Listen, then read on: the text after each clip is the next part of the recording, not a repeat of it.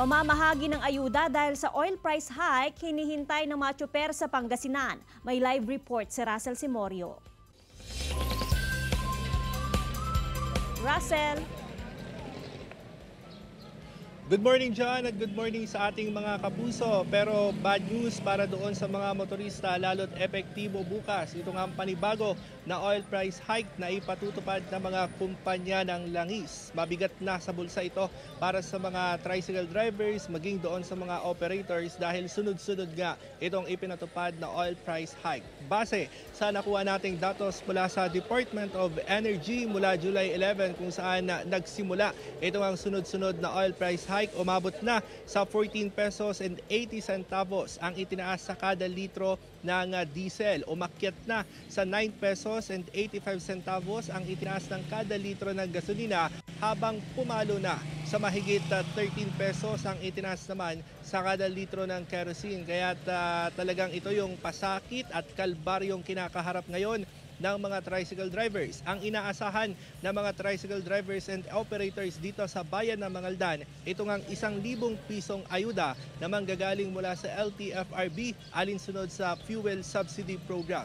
At para makuha pa natin ito ngang sentimiento, mga opinyon ng mga tricycle drivers, makakasama natin ang kanilang TODA President na si Sir Dante Soriano. Sir, good morning po. Good morning po, sir. Good morning na manonood ng GMA Live News. Sir, hinihintay na po ba ng mga tricycle operators and drivers dito po sa inyong TODA itong ang ayuda na fuel subsidy, sir? Ay araw-araw na lang po tinatanong ko kung kailan darating yung fuel subsidy na manggagaling sa FTRB. Kasi lagi nilang naririnig sa TV, radyo na binabalita na makakatagap na kami ng mga fuel subsidy. Pero hanggang ngayon wala pa rin. Ay itong pagtaas ng gasolina linggo-linggo ay malaking kalbaryo po sa amin. Halos ngayon 65.20 na po yung premium gasoline.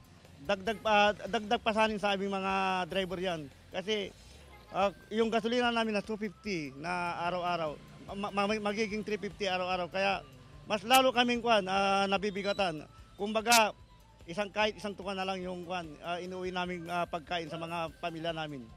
So malaki yung ibinaba ng kita ninyo, sir, sa kada araw dito sa ipinatupad po na sunod-sunod na oil price hike? Ay, napakalaking kalbaryo po sa amin yan. Yung linggo-linggo napapatupad sila ng oil price hike. Kaya sa aming mga nagtatricycle, napakalaking kalbaryo po sa amin yan. Kaya ang inaasahan lang namin, kahit kunting katiting lang po makita ng gobyerno, at yung inaasahan namin na fuel subsidy na manggagaling sa LTFRB ay makuha na. Kasi araw-araw po sa ginawa ng Diyos, lahat ng mga driver, tinatanong po ako, kagawad, kailan makukuha yung subsidy po natin?